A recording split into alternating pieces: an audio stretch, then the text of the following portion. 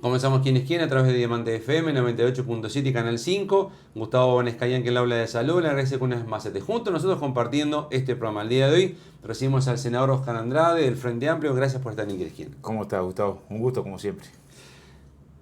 ¿Les ha costado acostumbrarse a la idea de oposición después de 15 años? ¿Y eso de alguna forma facilita o le facilita al gobierno la acción que la oposición le toca constitucionalmente? Puede ser al arranque del periodo.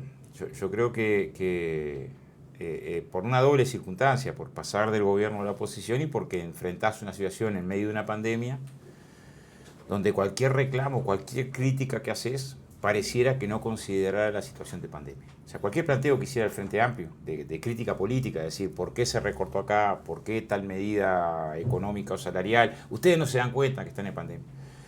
Me parece que cuando los efectos de la pandemia entran a amainar, ya es distinto. O sea, te pongo un ejemplo, Gustavo.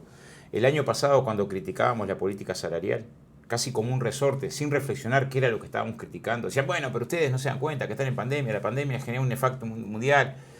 Hoy, cuando criticás la política salarial con las patas a la sota, la recepción es otra, porque la sociedad que recibe el planteo dice, epa, el sector del agronegocio, según una encuesta de Exante, creció un 27% en sus resultados y ese sector tuvo una política de rebaja salarial. Bueno, ya encontrás una recepción que no rechaza tanto. Pero se le hicieron más fácil al gobierno entonces ustedes. No, lo que digo es que tuvimos más dificultad porque cuando hay un impacto de estas características, por dos cosas. Una puede ser la falta de articulación desde cómo tenés que pararte desde la oposición. Pero otra, que la pandemia generó, y eso generó una enorme dificultad para que cualquier planteo que hicieras, algunos que son, yo me imagino un gobierno del Frente Amplio que recorte 9.000 becas.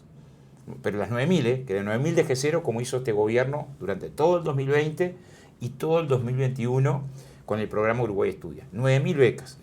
Bueno, si hubiéramos tomado una medida así, se prendía fuego el Uruguay. Este gobierno recortó 9.000 becas, pero como estamos en pandemia, la circunstancia de la pandemia hizo que sea más difícil concentrar en la reflexión sobre la medida. Porque ¿Le falta un líder, o sea, alguien unipersonal, no un colegiado, un líder como fue Sereni, como fue Vázquez, como fue Mujica? O sea, alguien que ordene la interna como para mostrarse hacia afuera. No. Ustedes son una especie de colegiado ahora, más allá de que van a elegir un presidente. Está usted, está Vergara, está Cose, está Orsi, o sea, hay yo varios creo que se van actores. construyendo liderazgos que se tendrían que haber construido mucho antes. Pero tiene que haber uno que lleve la bandera. No me parece que haya un manual. Sí creo que los actuales liderazgos tendrían que haberse construido muchos años antes. Fue muy difícil, ¿por qué? Porque tanto el peso específico que tenían las figuras históricas del Frente Amplio, tanto que era muy difícil generar el espacio de relevo. Y, o sea, fue mucho el mérito, o sea, hubo figuras históricas del Frente que llevaron al Frente al gobierno, construyeron 3 periodos de gobierno, en general exitosos en términos de la batalla contra la desigualdad, pero empezó muy tarde el recambio generacional. El famoso efecto Bu. No, puede ser, sí, creo que alrededor no crece nada. Tuvimos dificultades propias, ¿no? O sea, dificultades también, no es culpa de los viejos líderes, es culpa de los nuevos líderes. El efecto Ombu se cumplió entonces. Claro, pero que no tuvimos la fuerza suficiente para instalar un liderazgo. Porque los liderazgos se instalan, en general, surgen y se instalan. Yo creo que ahora, en mi opinión, veo mucho más consolidada la figura de Yamandú, mucho más consolidada la figura de Carolina, mucho más consolidada la figura de Mario, lo que pasó el Pacha.